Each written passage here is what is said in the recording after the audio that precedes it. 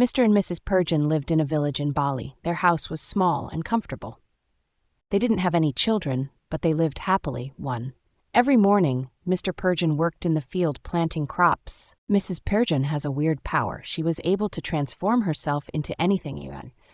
Unfortunately, she did not use her power for good purposes. She used it to play trick on others. Mrs. Perjan once transformed herself into a monkey to steal bananas and mangoes out of her neighbor's house. Once when Mr. Perjan was chopping the wood near the field with some of the neighbors, Mrs. Perjan's annoyance aroused. Mrs. Perjan quickly transformed herself into a mimiti. Mimiti is a kind of ghost. The mimiti was so frightening. Its face was very dark, with white eyes, poked out tongue, and sharp fang. It flew and hit Mimiti's nose.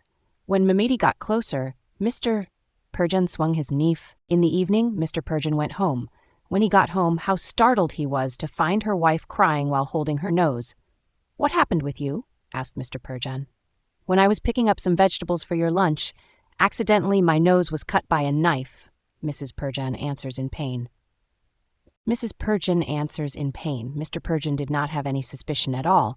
He believed what his wife told him. Day by day, the wound in Mrs. Perjan's nose grew worse. Dozens of healers tried to cure, but nobody was successful. Noticing how capable Mr. Perjan treating her, Mrs. Perjan felt comforted.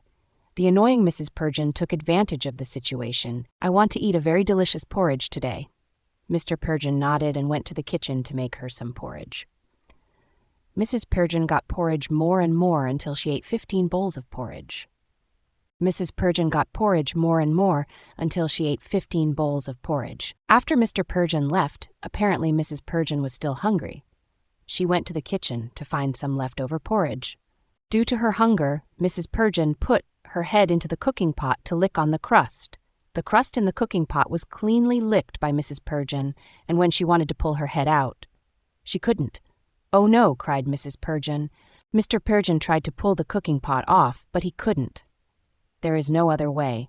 I need to break this cooking pot," said Mr. Perjan in his mind. Then Mr. Perjan grabbed his wife outside. "What would you do to me?" cried Mrs. Perjan. "Come on, just follow me," said Mr. Perjan. "You want the cooking pot to be pulled off, don't you?" A moment later, bang! Mr. Perjan hit the cooking pot hard that not only it broke into 1,000,000 pieces, but also her head was hit by the club. Mrs. Perjan felt terribly dizzy and then collapsed. When she awakened, she finally realized that everything she did were completely troubling everybody else, especially her husband. She promised not to be annoying anymore and to use her weird power for goodness.